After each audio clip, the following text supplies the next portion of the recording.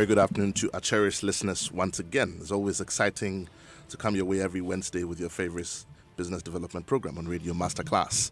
I'm excited to be here. We continue in our discussion today on etiquette and personal branding. Last week, we spent time talking about some of the things to note when you're talking about etiquette and personal branding. We looked at one's personality, we looked at personal grooming, we looked at one's character, we also looked at one's appearance, and then we also looked at one's personality. Those are some of the things that we looked at last week. Today we want to continue our discussion. We're focusing primarily on the area that says things that can damage one's personality, This topic of etiquette and branding seems to be inexhaustive because there are so many things that you can look at from so many different angles, and it's important that once you're a business owner, you're able to understand and identify what these things are, even in the first place, because no one teaches them in any classroom. But thankfully, Masterclass brings this your way every Wednesday, and you'll be able to learn some things from it. Masterclass is powered by Joy Business, comes your way every Wednesday at 1:15, runs all the way through to 2 p.m. here on your superstation, Joy 99.7. My name is Yalbanafo. I'm your host for the show. So we want to continue our discussion back in the studio with us. I'm always excited when I say this. Our favorite personal branding and business etiquette consultant in the person of Emma Adu-Owusu. Emma, welcome back to the studio. Thank you. Right, so we're sort of rounding up our discussion because we've got only today and next week, yes. And then that's it. Yeah. But even then, we can't boldly say that we've exhausted everything, Not can we? at all. There's still quite a bit that we haven't talked about. True. But hopefully, when we open the phone lines and the questions come in from our listeners, then it helps us to be able to put a finger. I remember last week, some of the things we talked about was paying attention, to how the customer feels. Very important. We also talked about understanding the contextual or the context within which, a certain etiquette sits. True. Because across cultures, etiquette reflects differently. Absolutely. Those are some of the things that we looked at very, very strongly last week. I think there was a third one. We also looked at how to conduct yourself on social media. Yeah, indeed. that was a big one, how to conduct yourself on social very media. Important, yes, true. Still looking at etiquette and branding. Yes. Just before you start, though, I want to put this announcement out. In the month of February, which is in just about 2 or 3 weeks, we will be spending time with some of our listeners here in the studio. So the entire month of February is dedicated to you, our listeners. We know that a lot of people listen to this show, but not a lot of people pick up the phone to call. But we're giving you the opportunity in the month of February to be a part of the show. We want you to speak to the whole world about your business. Some people, I've spoken to some people, they say, yeah, I'm too shy to do this. Think about how much you would have paid multimedia for 5 minutes on a show like Masterclass. And then when you realize you're getting it for free, you can understand that there's no being shy about it. You get to tell the world about your experience, your business, what you're doing, how all the things that we've talked about on the show have helped your business one way or the other. The reason we do this is also that we get to understand what happens in the real world. In practicality, when we talk about the theories, what happens when you begin to apply these theories? And also people begin to learn and hear your own story and benchmark themselves and say, if person A was able to do it, then I can also do it. True. If you want to be a part of our in-studio audience in the month of February, here's the number to call. It's 020-931-2904. That's 020-931-2904. You'll get to speak to my producer, and then you'll go through a process, and if you're selected, you get to be part of our in-studio audience. We get to spend time together on radio, and you get to tell the whole world about your product. Time check in the studio, 23 minutes past the hour of 1. We will be going shortly into our discussion, but we want to listen to a quick track. This one is from Kwesi Arthur. And it says Wara. Let's take a listen. Shoulda blinked.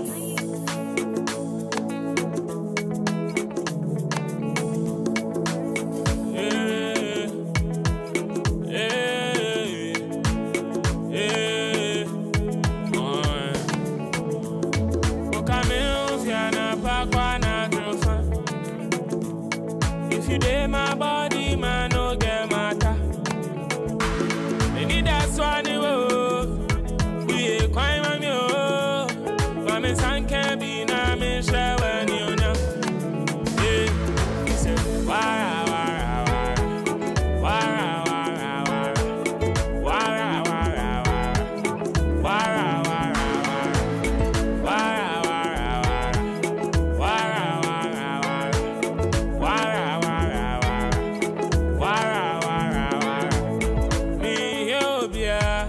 You say, oh my Lord. So when you show my only, yeah, papa. Susu born them plenty, Tiana, too many, and Jane. My enemies see no big God, oh, them no know my story. Oh, now they don't care how I feel. See now early mornings, I go on my knees and I talk to you.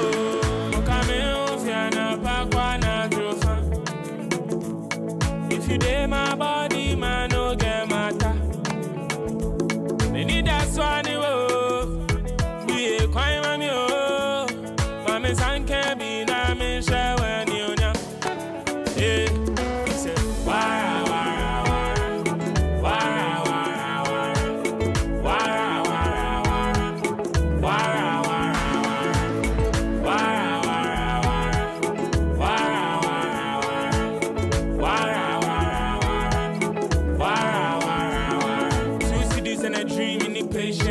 everybody for the hootie kwesi take care. Mr. Power just showing off you wait here. Patri mo suma no fi play fair. You better use head, try believe too. And man it the omo baba what them things do. I keep a diary for everything we've been through.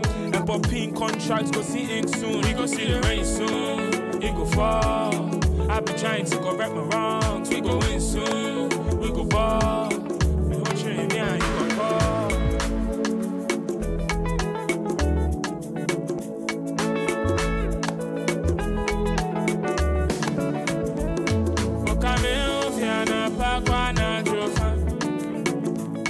If you dare my body, man, no get matter. They need that swan, we a crime on you. Mama san can be na me.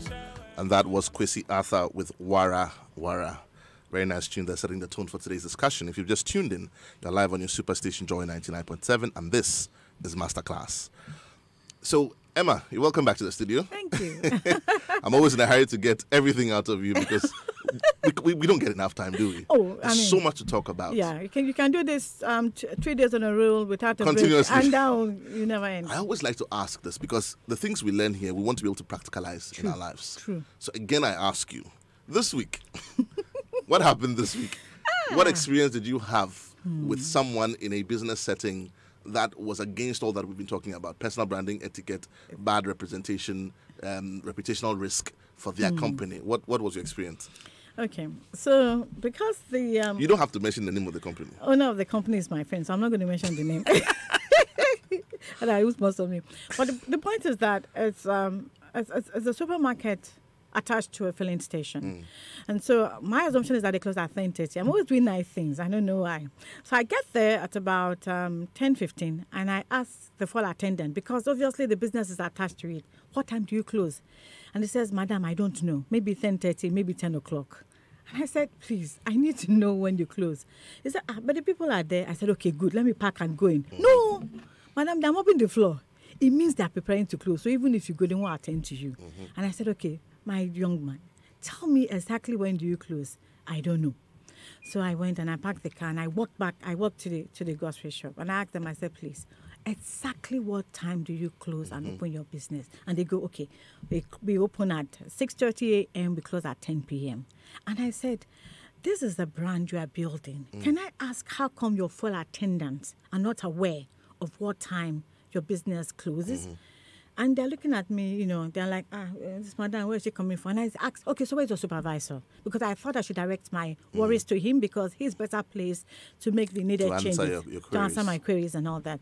So supervisor comes, looking very irritated, no smile. I'm used to it. It's been a long day. What's she doing here? And I said, excuse me, Mr. Supervisor, what time do you close your business? Oh, madam, we close our business at 10 p.m. Then why is it that your full attendant your staff are not aware? Telling me that you close your he does not know when you close your shop. He says maybe 10:15, 10:30. And he says, oh, that man, he doesn't work for us. You're kidding. He was wearing the uniform. The guy was wearing the uniform. I don't want to mention names. He said, what is your uniform? Madam, no, it is a different company that sells the fuel. We're a different company here. And I said, then on what basis? No way. No way. And I asked him, I said, on what basis does he have the right then to tell me and to take to me your closing time? Because he works here with you. I say, Madam, that man does not work with us at all. You see how we shift blames and responsibilities? No, but that's not right. I mean, it's wrong. And I ask myself, you're sitting out there, you don't know the damage that is being done on your brand by the people you've employed there, simply because you're not putting an effort to train them and to sensitize them. To even share information. And even share this crucial information. So information is uniform. Why can't I ask somebody working on your premises? He's actually selling with your name, with your brand name, what time you close, and he can give me an accurate answer. Then I actually the supervisor, which I would have expected him to say, oh, madam, I'm very sorry, but I think that man is new. My apologies. We do close at 10 p.m. I'm so sorry, but could you kindly come tomorrow at 6:30? We'll be more than happy to serve you. Evo. The guy says, I don't know him. Like Judas Iscariot. Jesus So Christ. for us here, then the learning point is that as a business owner, don't assume that your staff know everything. Thank you. So share information. Share. They should know. They should become the first ambassadors of your business. It's important. I mean, if you're spending money and paying for airtime, billboard time, newsprint, radio time, then you should pay attention to your own staff because they are the first line of ambassadors for you. If you've forget. got different operations happening in the same space, It's true. they all need to know some basic information Yes. so that they can become your ambassadors. It's true. Because word of mouth is the cheapest form of advertising. And it costs nothing. Precisely. And the point is that you expect them to deliver. But what have you done to empower them to deliver your brand in an efficient manner as to the fact that when the client leaves there or comes there, the experience is pleasant, like we said, Right. making your customers happy so that they can come back again. So at that point, looking at what happened yesterday, they look like a disorganized organization. You don't know who to hold accountable, and everybody's denying responsibility. That came And out as it's very clearly nasty. damaging Yes. the brand. And of course, the owner has no idea the damage that is being done to his brand. Talking about damaging one's brand, today's discussion will be focusing on some of the things that we can do to damage our brand, isn't it? Yes, Just indeed. before you start, though, I've got a message on social media. This one, you didn't add your name, but he says, can you please mention the number again for the in-studio audience? I missed it. Okay. So the numbers to call if you want to be part of our in-studio audience for the month of February here on Masterclass is 020-931-2904. That's 020-931-2904. Once you ring that number, you'll speak to my producer, and then when you go through the process, you may very well be part of the in-studio audience in the month of February. Emma, talk to me. What are some of the things that we can do? I know a lot of people are listening, they want to take notes. What are some of the things that we can do that can inadvertently damage a brand that we have worked so hard to create? When I walked in here, I was listening to Multimedia before, Joy FM before I got here, and there was a company who, advertising and says, oh, we do this, we do that. And we do it well. The various taglines you see. There's one I saw. If I say it, they will know which one it is, so I won't say it. Okay. But there are various taglines. And Okay. those taglines seek to send out a certain message. True. That we do this and we do it well. True. I can mention this one. This one is not a company in Ghana. Okay. It says that service excellently delivered. Delivered. So then what they're telling us is that they focus on the service that they're offering, and they do it excellently. True. There are different taglines. Many. Preferred customer, Yeah. preferred bank of choice, preferred this, preferred that. All over. Excellent. You First know. class service. Yeah. Those kind of There are even more interesting ones when you go into some of our local products. But hey, we're not doing taglines today. Yeah, no. Not at all. Not at when all. you have worked so hard to build that brand, to build that business, to make that statement, you've lived so hard to try and maintain it, achieve it. What are some of the things that either you or inadvertently someone working for you can do to take away from that? That's true. You see what I mean? Yeah. So you've worked so hard to achieve, let's say, 60% top of mind awareness for a certain product. For example, when we mention, let's say, washing powder in this country, Yeah. a certain brand comes to mind. When we talk about yeah. toothpaste in this country, a certain brand comes to mind. When we talk about, carbolic soap or washing soap in this country, Cooking oil. a certain cooking oil, Yes. a certain brand comes to mind. True. They've worked hard to achieve that top of mind Yes. awareness. And that's critical. That's Indeed. valuable. Oh, yeah. What are Yeah. some of the things that we can do as business owners, as employees, as staff, as people who are united in purpose and united in vision that can take away from that? What are some of the things? Well, you losing or damaging your brand begins when you lose focus, your sense of being, the reason of your being. You see, what people forget is that when they are building a personal brand, there's an emotional connection between you and the other party. Now, the brain is a very good receptor, especially when emotions are connected. As these emotions are created and people begin to connect with you, they trust you, they believe in you, and they expect that whatever you promise them, tagline or no tagline, you will deliver. But I realized that when people begin to lose focus of what brought them to where they are in the first place, they end up damaging their brand. It could also be a fact of not being able to take constructive criticism with a product or a service they are rendering. And then they believe that, you know what, this is how we're going to do it. If you begin to lose focus to what made you whom you are, at the end of the day, there's nothing left for people to buy into. So the point of the matter is that you are branding yourself as a professional in a particular field. That sense of professionalism which you have marketed out there, placed out there, is what has attracted the crowd. You realize that your business is growing big, perhaps bigger than you expected. What measures have you put in place to maintain the standards and the qualities with which you started with? You started, for example, by telling somebody that, in less than 24 hours, if you need a dress, Express will get it sewn. Business has grown. You have more than 200 people bringing you clothes, and they want it delivered in 24 hours. They are coming to you based on that promise of delivery that you are going to deliver to them. You realize that your business has grown to the extent that you're not able to keep your promise. What are you going to do? Are you going to backtrack? Are you going to start offering lame excuses to your clients that you should understand? Business has grown exponentially, that and that. It is not acceptable. If you begin to lose focus to what built your business, you're going to end up damaging your image. Also, there's nothing wrong with constructive criticism, but sometimes we tend to balk at being criticized. If you are open to criticism, you should remember that there are consumers out there who are buying into your brand.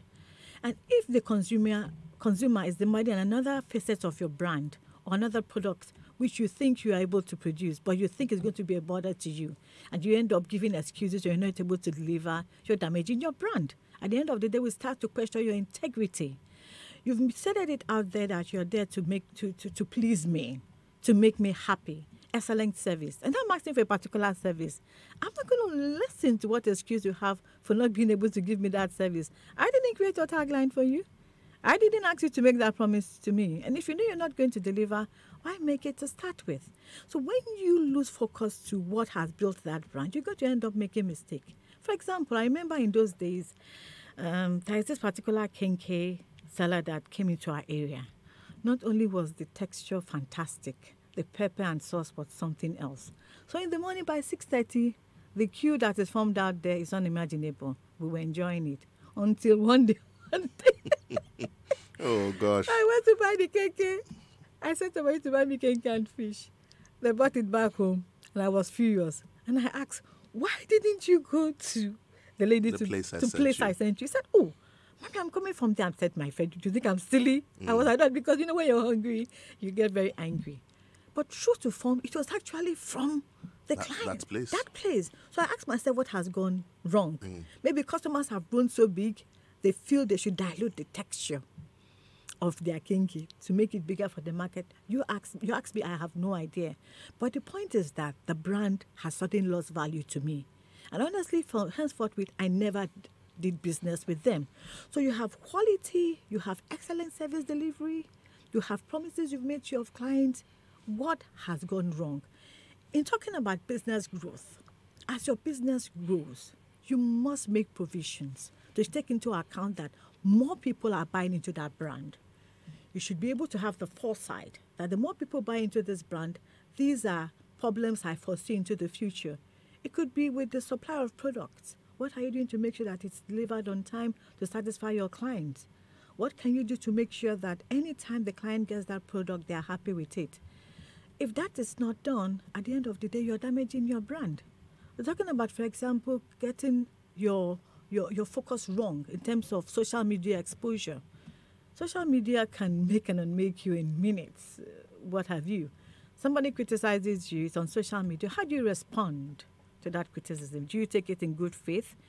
Acknowledge the fact that, yes, indeed, we acknowledge that we are having challenges in this area, but we are working at making sure that that issue is resolved. When you tell me that, it gives me hope.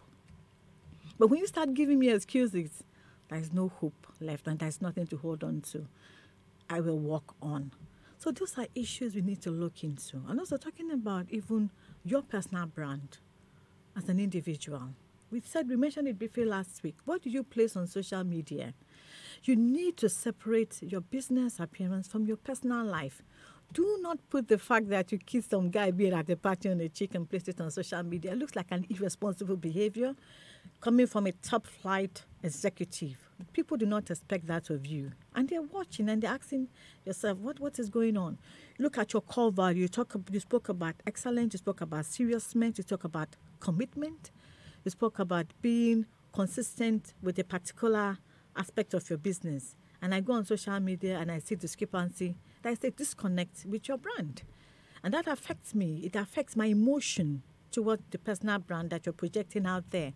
So little things like this we need to be careful about. And what the audience hates is what we call obvious lies.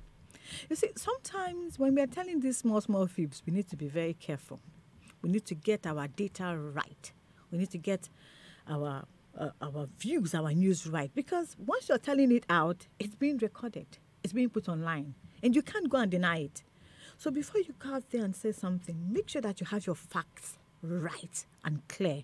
Because that statement you've made will come up and raise a head out one day and discredit you 100%. So in reaching out to people, character is important.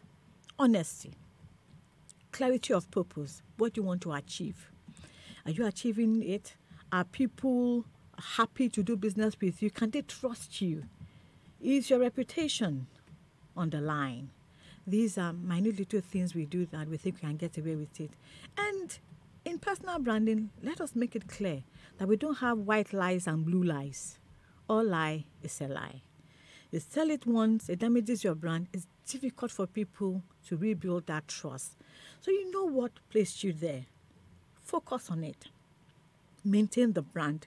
What you've done 10 years ago that have put you at the top place, do not deviate from it. It's better you add value to what you're doing for people to appreciate it than to take away what you have and have people discredit you. So those are the little pointers that one can look at and things we take for granted. Oh, it was just a joke. Oh, I was only playing. Hey, you don't joke with your personal brand. Right. If you just joined us, this is Masterclass. We're having an exciting time in the studio discussing things that can damage your brand, I want to open the phone line straight away. If you've had anything that you've done, any experience that almost damaged your brand, or you know someone who did something that damaged their brand, don't worry, it wasn't your brand, it was someone else's brand. Pick up that phone, give us a call. Let's share your thoughts. The reason we also share our thoughts is that life is too short to make all the mistakes ourselves. So we learn from other people's mistakes. So give us a call on 0302 216 541. Let's get interactive. Pick up that phone, give us a call, 0302 216 541. Talk to us. What are some of the things that you have experienced being done that can damage one's brand after you spend so much time to build it? You can also send us a WhatsApp on 0244 340 437. That's 0244 340 437. We want to, by all means, get interactive and have a conversation with you. So I want to hear your voice on 0302 216 541. Emma, I picked up a few points here when you were talking, and okay, I've got something on social media. Let's see if I can read that very quickly. This one, you didn't add your name. Okay, and there's some names you've been specific about. Some names I can't mention on there. It says, I think that it's time for some of the commercial banks in Ghana to start practicing ATM etiquette. That's a sensitive one. Very. ATM etiquette. Okay. It goes on to say, okay, there are times when you visit the ATM, either the machine is faulty or there is no cash to be debited. And this can be a source of worry to the customer. He gives an example. Okay, I've got a caller on the line. Okay, Joel from Accra. I'll talk to Joel shortly. But he says this can be a source of worry to the customer. He mentions the name of a bank, but I can't do that. You can't, so if the banks are listening, your customers are saying that start thinking about ATM etiquette. Etiquette. ATM etiquette. I've got Joel on the line. Let's talk to Joel. Hello, Joel. You're welcome to Masterclass. Yes, good afternoon. Good afternoon, Joel. Talk to me. Okay, I want to find out if your brand is a bit damaged, how can you do to repair it? To repair it. Exactly. Okay, all right. Thank you so much, Joel. Please keep listening. We'll try and answer that question. Joel wants to know, how do you repair a damaged brand? It takes time, but it's doable. Okay. It takes time, it's doable. The first you need to do is to conduct a brand audit. Brand audit, right. How badly damaged is your brand to start with? And look at the public with whom you were able to establish that particular brand with. What went wrong? And try and see if you can retrace your step. It's not easy getting them back on, but if the brand has been strong, you need to definitely do a lot of PR work. Of course, we can initiate everything online here. Right. But definitely it is possible to repair a brand that has gone wrong. So once something goes wrong, do an assessment of Brand the entire audit. process, You need and to then know. you'll be able to identify what went wrong. Exactly. Then depending on the nature of it, we can fix it. Yeah, I've got that's true. Nayeli from Kotobabi. Let's talk to Nayeli. Good afternoon, Nayeli. Hi, good afternoon. You're welcome to Masterclass. Thank you for having me. I've been able to. Good. Yes. Talk to me now. Please, I'm also into production. I'm into pastries and all that. Right. But over the years, I have actually improved on what I do. I always add up. I try to make it better than like the previous years. And some of my old-time customers, some of them are saying that I have changed and I don't do it like I used to do. And honestly, I've ever improved on what I was doing, let's say, 5 years ago. I want to know, how do I deal with that? Right. It's a very valid question. How do you deal with pleasing your existing customers by way of improvement, and also address the concerns of... Okay, please keep listening. We'll try and answer that question. She wants to know. I mean, I think it's a very, very... Absolutely. Yeah, a very valid point she's making. How does she deal with it? Her old and first set of customers are saying, you've changed. Okay. The kinky has changed. The texture of the kinky has changed. But you thought that you were doing it Yes. in improvement. Yes, it's true. So how do you deal with that dichotomy? I think, depending on the relationship you have with your clients, always pull them along with your business add-ons. If, for example, you were thinking of maybe improving the consistency of your pastries, or maybe adding a new additive that will excite them, did you keep them informed that this is what you're thinking of doing? And then maybe ask them for a feedback. You know, some of these things we do because we love our customers and clients dearly, and we think that we're doing it in their best interest. But some of these clients are resistant to change. There's a popular bread I know in Lagos that is called Agege bread. It's been like that consistency for the past 40 years. It hasn't changed. Wow. It's not because they don't want to improve it, but because they realize that people are going to rebel. But the point of, improving your business is basically to please your old clients. If they're not happy, please go back to what makes them happy and offer them that particular set of pastries, and have a new cup of pastry for your new clients who may be more interested in that. It's about diversifying whatever products or service you have to make it reach out to more people. Right. So now I think that the key point in this is that you must pull your customers along. Yeah. And remember that you're doing this for them. Yes. So even those improvements you talk about, who were you improving them for? Was it because there were new ways of doing things on, let's Exactly. say, you watched MasterChef on DSTV, and there's a new way of frying egg. There's a new way. Sometimes we're excited to do things because we're genuine about the intention. True. But like Emma said, the customer, and we are all customers. We are spoiled for choice these days. Absolutely. So we are difficult to deal with, difficult to please. So keep your customers and what they want in the center of everything you do, and you should be fine. You should be fine. We want to speak to some more people. 0302216541. Pick up that phone, give us a call. Let's get interactive. What are some of the things that you can do that can damage your brand? If you've spent so much time building a brand, what are some of the things you can do that can damage your brand? Let's learn from your experience. Someone else will also call in. You'll learn from their experience. You can also send us a message on WhatsApp, 0244 340437. That's 0244 340437. Numbers to call again, 0302 216 541. Let's get talking. What are some of the things that you can do that can damage your brand? So I picked up these points, Emma. In summary, what you were talking about essentially was that when people lose focus Yes. of what their purpose was or what made them, that can damage your brand. True. Because you started with a certain focus, you're fixing a certain need. And, for example, there's a certain bread in Koforidua. I won't do free advert for them. But they bake this bread not in an oven. They bake it in a metal pot. Wow. And that's how they do it. And it's popular like that. Like that, yeah. For a brand like that, they should keep it consistent. Absolutely. Consistency. If it ain't broke, don't change it. No, yeah, exactly. If your customers like it, don't change it. Change you it. just gave the example of the Agege bread in Nigeria. Oh, yeah. And it's for 40 years. Oh, yeah. And I'm sure that their customer base has been increasing. Oh, yeah. Because when you match it with Akara, and it becomes an acquired taste. True. It's what it is. You That's like it or you don't. You don't, that's it. And that leads into brand consistency. So number one, do not lose focus of what made you. Number two, you should be able to take feedback. It's very important. You should be able to take if you can't take feedback, it can damage your brand. It will. People will give you feedback because they want it exactly the way they want it. And you should be able to draw a trend, with all the feedback that you receive. Like Surely, now. you're not going to have very diversified views if you're speaking to 10 people about one product. Exactly. You're going to have some similarities, and then you can draw a line. So you should be able to take feedback. If you can't take feedback, it can damage your brand. Yeah. Okay. And inability to grow with your business. You talked about the fact that you started with some 20 people, and now you are doing 200 people.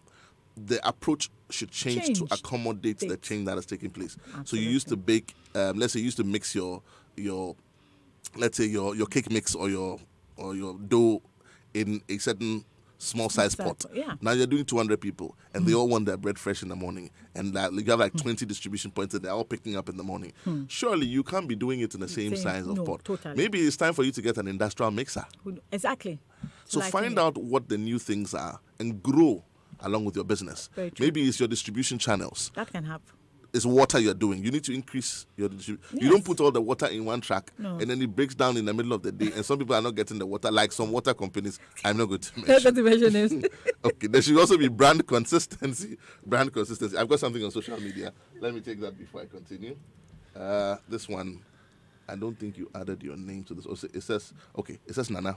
It says, hello, I'm the owner of a young business with personal branding. With personal branding, are you talking about me, the owner of my business? And which one should be promoted first? Thank you, Nana. I think we've talked about this. Emma, do you want to react to this quickly? You can go ahead. Yeah. I think that we've talked about this. Nana, when you are the owner of a business, like a small young business like you're talking about, at that point, there's no distinguishing between you, your brand, and the brand of the business. Because when people are looking for the brand, they're looking for you. So you are the brand and the brand is you. So the next question you ask is, which one do you promote?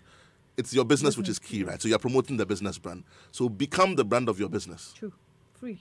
I think that's a straightforward answer. There's another one here. Let's see if we can take...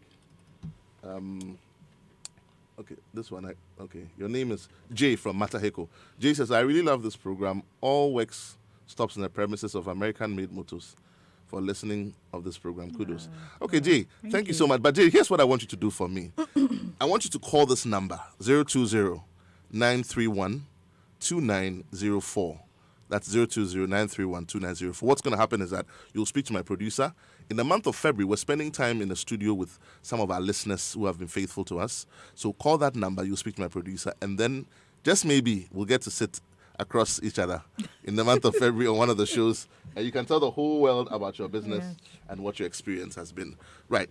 So brand consistency is what we're talking about. Then you should also pay attention to your supply lines. You know, when you were talking, I picked that up very, very quickly. If your business is doing well, is successful, suddenly you should begin to do a risk assessment. What are the things that can affect this success? And it's not just about your customers, your customers or your employees, everything. You should begin to look at your supply lines. Very important. So if I bake bread, who's providing the flour? You can be sabotaged easily. The day your supply lines are cut, That's it. that's it. You're not going to be able to give that value to the customer. So pay attention to your supply lines. Very important. Establish a good relationship with them. Because when you become successful, people want to share that success. And when you know, as we say in Ghana, you become too known. Hey, I'll deal with this woman. I'll tell her that the sugar is finished. Then you can't bake that bread. And then your customers are going to scream. Your customers don't want to know why you didn't get the sugar. We don't care. It's your business. It's your problem. It's not their problem. You know. I've got another one on social media. Let's see if we can take this one. I got a few more minutes. If you want to give us a call, get interactive. 0302-216-541. Pick up that phone, give us a call. What are some of the things that you can do that can damage your brand? 0302-216-541. 541 or send us a WhatsApp on 0244 340 437. This one, okay, let me see. You didn't add your name, but this is now from Spintex. Now, you've been faithful to Masterclass. I want to see you as part of our in-studio audience in the month of February. So give us a call on 020-931-2904. You'll speak to my producer, and then just maybe you'll get to be part of our in-studio audience for the month of February. I've got Leila from Spintex. Okay, let's talk to Leila, and then we'll come back to now from Spintex. Good afternoon, Leila. You're welcome to Masterclass. Good afternoon. Good afternoon. A very interesting interaction you're having there with Thank you, Lola. Auntie Emma. What I would like to add is another way you can lose reputation, as in your brand reputation, is not imbibing the brand equity or brand value within the staff. In the example that Emma gave with regards to the grocery shop at the filling station, it's very obvious that there's a detachment from what the brand lives and what the people are doing there. And this is something a lot of the time we have oversight of. You must make sure that your staff are in line with the brand that you're building. Otherwise, you'll be living the brand and then you leave your staff behind. That's the addition I want to give. Thank you so much. Very valuable addition indeed. That's Leila from Spintex. And I think she couldn't have said it better. Absolutely. If you leave your staff out of the process, it'll come back to bite you. They must know, they must understand the brand, they must become ambassadors of the brand. They must be the first people, because they are your first line of interaction. So they should sell you better than anyone else. Because if you don't let them know, then they can also do it the other way. This is now from Spintex. Now says that, so in the case of bread and cake, for example, what if mixing the batter in a small bowl created that consistency? I know where this is going. Or the taste that the customers liked.